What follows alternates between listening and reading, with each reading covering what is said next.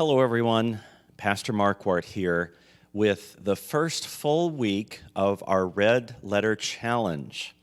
This week, the topic is being.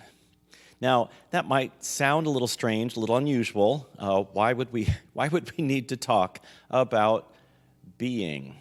And yet, I think if truth was told, most of us would say we're more into doing than being.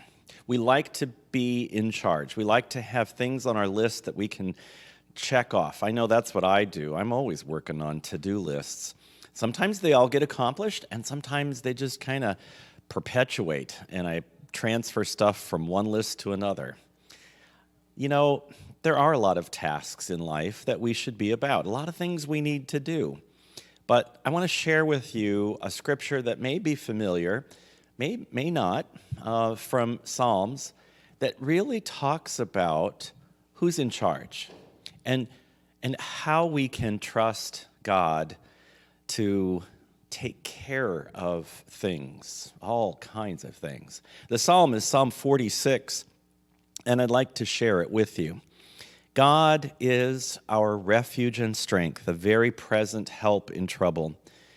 Therefore we will not fear, though the earth gives way, though the mountains be moved into the heart of the sea, though its waters roar and foam, though the mountains tremble at its swelling. There is a river whose streams make glad the city of God, the holy habitation of the Most High. God is in the midst of her. She shall not be moved. God will help her when morning dawns. The nations rage. Kingdoms totter. He utters his voice. The earth melts. The Lord of hosts is with us. The God of Jacob is our fortress. Come, behold the works of the Lord, how he has brought desolations on the earth. He makes wars cease to the ends of the earth. He breaks the bow and shatters the spear. He burns the chariots with fire. Be still and know that I am God. I will be exalted among the nations. I will be exalted in the earth. The Lord of hosts is with us. The God of Jacob is our refuge. That psalm really speaks to me right now because, like you, I've been hearing a lot about wars raging and nations crumbling in the face of attack. We are united with the people of Ukraine who are under attack. And we feel for them.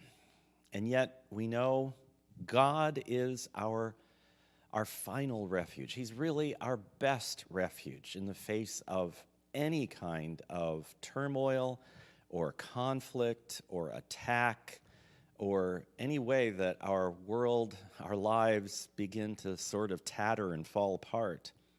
God is always our refuge. And that simple instruction at the end of the psalm, be still and know that I am God. You know, I think sometimes that may be one of the hardest things for us to do as his people, to be still, to acknowledge that he is in control of what happens in the earth and what happens in my life. I encourage you in this week of exploration about what it means to be one of God's followers, one of his children, to really focus on being and allowing him to speak to you in his word this week. It's an important part of being a disciple, to be with him, to listen to him. Passively, yes, God is busy. He's always at work. He has proven that again and again in our lives. He showed it so clearly when he sent his son for us to die and rise again. God is in control. Be still. He will take care of you. Till next time, it's Pastor Marquardt with our Red Letter Challenge.